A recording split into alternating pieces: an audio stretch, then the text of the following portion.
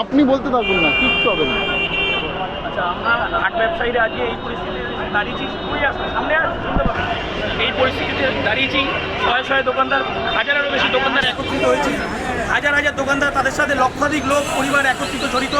আমরা একেবারেই ব্যবসা বন্ধ হয়ে পড়ে আসে, আমরা বসতে পারছি না।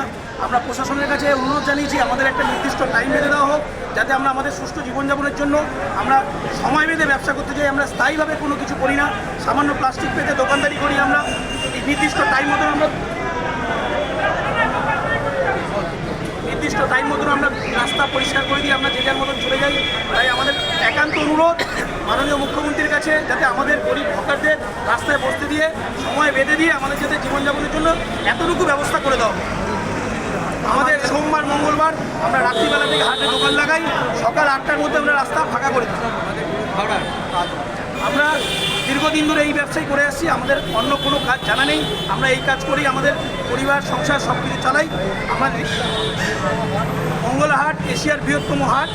আমার একটাই করজোরে অনুরোধ, আমাদের যাতে সব হকার ভাইদের, গরিবদের এই ব্যবসা করতে দেওয়ার অনুমতি দেওয়া হয়। এটা আমার একান্ত অনুরোধ মাননীয় মুখ্যমন্ত্রীর কাছে।